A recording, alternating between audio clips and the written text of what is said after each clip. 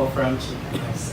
To you, Direk, bakit po pala nagbago yung title from Spolarium to Alone Together?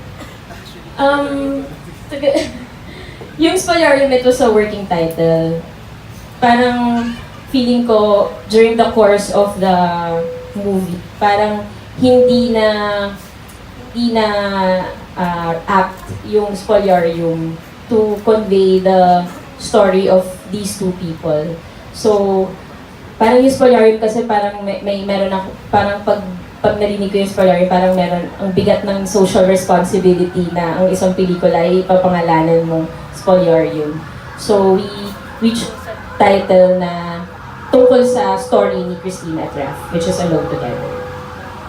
When you wrote this story, nasa goal na rin po ba ninyo na dapat ako rin yung mag-direct for this movie?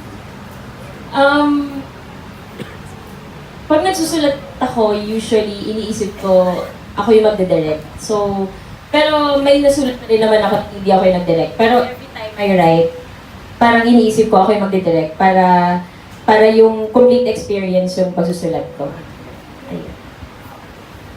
To Liz, Ken, what are the things na you love doing together? And what are the things na you would rather do it alone and not with Enrique or not with Liza? I'd rather shop alone. Sorry pero si Ken, siya po yung babae sa relationship na to. Like, pag nag-shop kami, ako 15 minutes done. Hindi ako nag-fit. Wala. Andun lang ako. Tapos, parang alam niya na kagad kung anong gusto niya. tapos, sa labas ako mag-aantay na kaganon lang. Siya hindi ako OA po. 1 hour and 30 minutes. May one time, naka 2 hours siya. Nakakainis siyang kasama mag-shopping. Kasi pag nag-fit siya, ayaw kong pasalitain.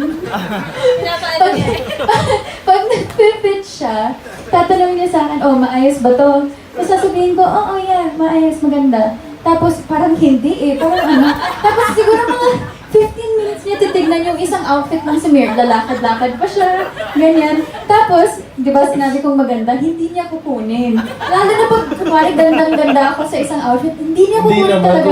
Pero pag sinabi kong hindi maganda, yun yung kukunin niya. Tapos, minsan reverse psychology, baliktad pa rin. Nakakainis. Okay, explain! Ken, bakit? Hindi, kasi naman ako, syempre kung bibili ako, gusto ko sigurado na kasya sa akin. Kaya tapos di mo naman sinusuot. Dami mong binibili, di mo sinusuot sinusuot. mo. Kaysa naman ikaw minsan binibili mo, sa kakamadali mo, hindi kasya. So, at least nabibigay ko sa mga kasama ko sa bahay.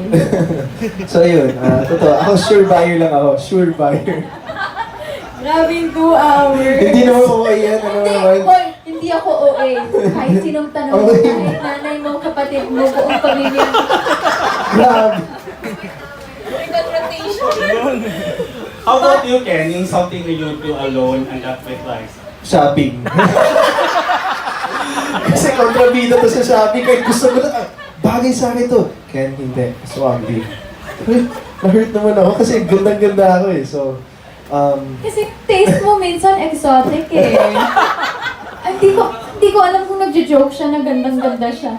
As in direct, gusto niya yung mga makulay na, bagay naman sa balat niya, pero hindi, gusto niya mag-explore minsan, parang hindi siya. Yun. adventurous. Ayun, ano ba? Gusto mo together. Yeah, together. Movies. Love watching movies with her. Really? Naman. Pero makasama ko lagi mo rin ng movie. Hindi, I mean, pero nag-enjoy ka ba kasama ko? Oo naman. Siyempre.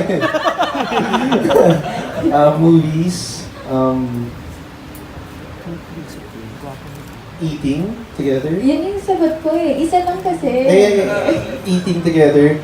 Doing alone. Ano ba? You already answered alone. Shopping. Isa Ilang? lang. Isa naman. Okay. What I like doing together, siguro eating. Kasi ang sarap niya kumain. Like, yung magluluto for Ken, as in sobrang ma-appreciate sobrang na-appreciate ni Ken pag nagluluto ang isang tao. Feeling ko yung kung sino man yung nagluto, sobrang kinikilig. Pag sinasabi niya, sobrang sarap. Kahit di naman po. Kasi di ba pinagluluto ko siya. So minsan, Oy, masarap naman yung kangkong. Sarap hindi ako nun. nagluto ng kangkong. Hindi na, ikaw pero masarap yun. Masarap. Meron kami kangkong sa bahay nung isang araw. Sabi ko, walang sustansya yan. Tapos kinakain niya, ang sarap na sarap siya, walang lasa. Meron naman, may oyster sauce. Last na lang, to Liz, Ken, yung last film nyo kasi together was a huge success. And parang it will be followed by this movie. When you accepted this film, was it a major consideration for you? Kung sino yung magiging director in terms of track record for box office success, in terms of how the story is being told. Kasi yung susundan nyo is a major hit. Ako po, parang I don't really think I about... think we really base it out of ano din eh. The story talaga. It's the movie that we're gonna present to the people. Basta, that's why we believed in the script in the first place because we felt that, it was really, it was beautiful din. And at alam ko maraming makaka-relate talaga. That's why we picked it. So in the end of the day, I really think, of course the director also, but I think it's really the movie itself. And of course, director na nagsulat at siya nag-direct. So, yeah.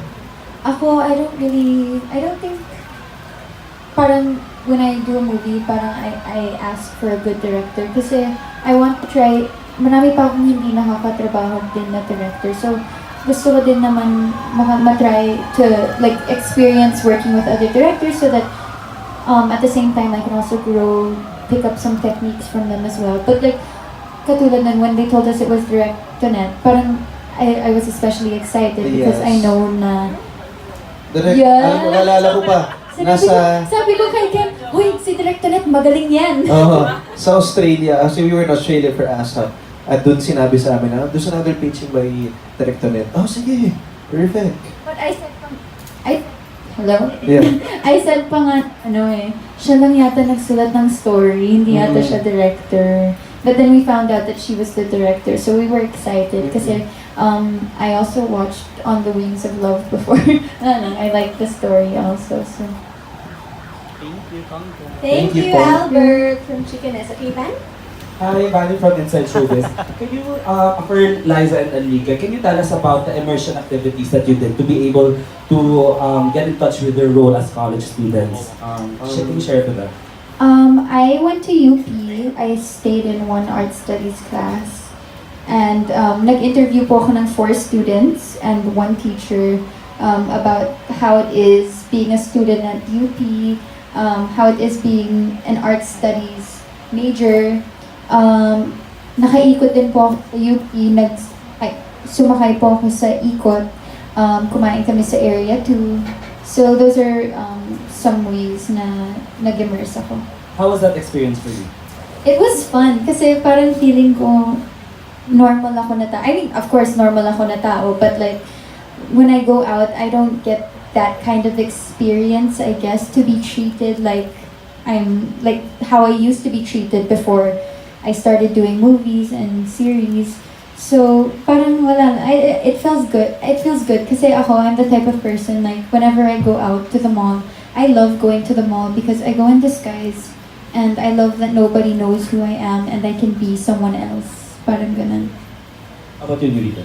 I interviewed some Dr. to the Barrios, which it blew my mind because yung ina-expect ko talaga what Dr. to the Barrios were are kind of different from, really far from what I learned from them. Sabi nila, first of all, bago tayo mag-interview, sabi niya, hindi kami sumasakay ng kalabaw. Sabi nga agad sa akin, ganun ba yun? Okay, kasi yung transportation, kasi I heard that mahirap yung transportation to ride this kalabaw just to get to, no naman daw, not necessarily, but sometimes it's very rural, so they need to take bangkas just from one island to get to the hospital, which is like 2.5 hours away. So it's very, very, very, very difficult, and they get paid really well by the government. And they stay there for about 2 to 3 years, yung term nila. Dati 2 years, but now they implement 3 years. So yung it's not about just healing the people kasi they also have to really fix the whole community. Diba? Wala silang proper water system or wala silang pag may problema sa isla na to, wala silang service or bangka to take them. Parang, so, when the doctors get there, o sige, ngayon ayusin natin to. From this timeline to this timeline, ikaw ang, pag may emergency, ikaw ang magdadala. Ikaw naman. So, he's also fixing the community.